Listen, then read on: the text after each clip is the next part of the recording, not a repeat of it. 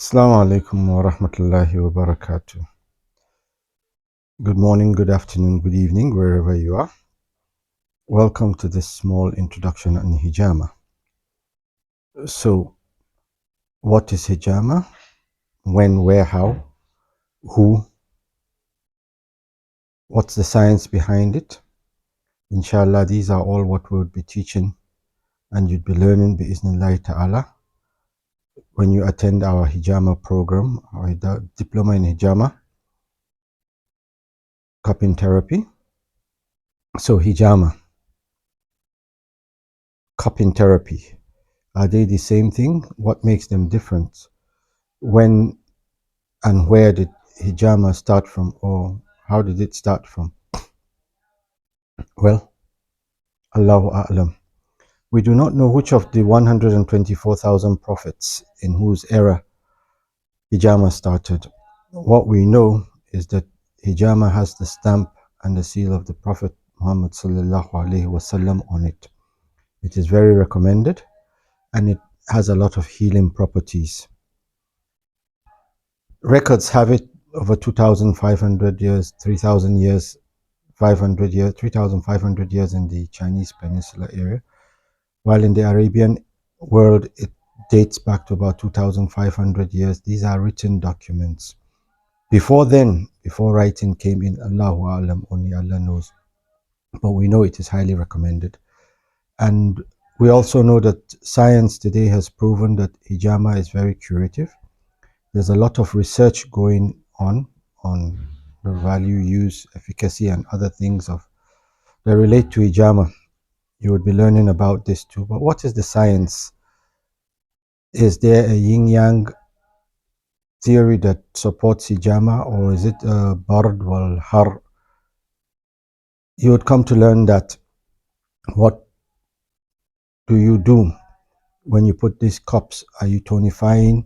Are you sedating?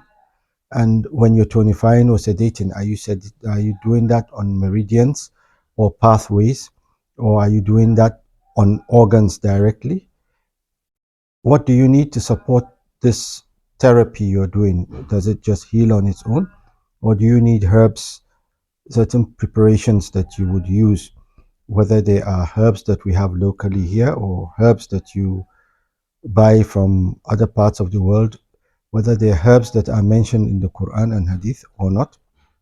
The fact is, you need to know how to use these herbs. Just like with hijama.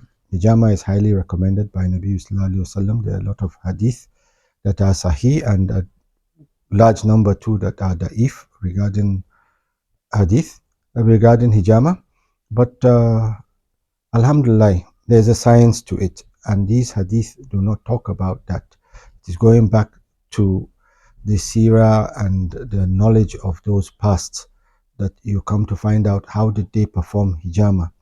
What did they actually use when they wanted to make those incisions or cuts? Did they use knives, razor blades? Were they using cutlasses or axes? Or what did they use? Did they use plant parts, thorns or needles when metal age came in?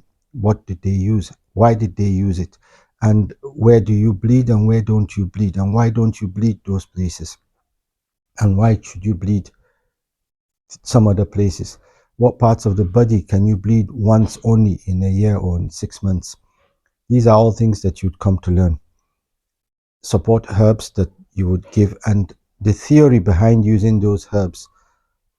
Our forefathers did not know bacteria, they did not know viruses, they did not know vitamin A, B, C, D, E, and all that. They didn't work on active ingredients, but they treated, and they still do till today if you go into traditional medicine, medical science. So what is the science? What is the logic? How do they do these things? How do they diagnose without microscopes, without laboratories, and go and get very accurate results? These are things, inshallah, you would learn when you join into our classes. We'll be having two classes, one for hijama, cupping therapy, and the other one for traditional medical science. You can take them separately or you can take them as one joint course. Details will be coming in as we go along and the days go by. We would be having a question and answer session very soon. So we would love you to join our group and be part of it, inshallah, so that this knowledge will go far and wide. We encourage women into the class because many a times we don't have female therapists. The same kind of problems we had in the hospitals when most gynecologists were male, but the female preferred being treated by a female doctor. But there were none. Alhamdulillah, today the bridge is being built and the gap is being filled. And this is the same issue we have with hijama and most other therapies we train for.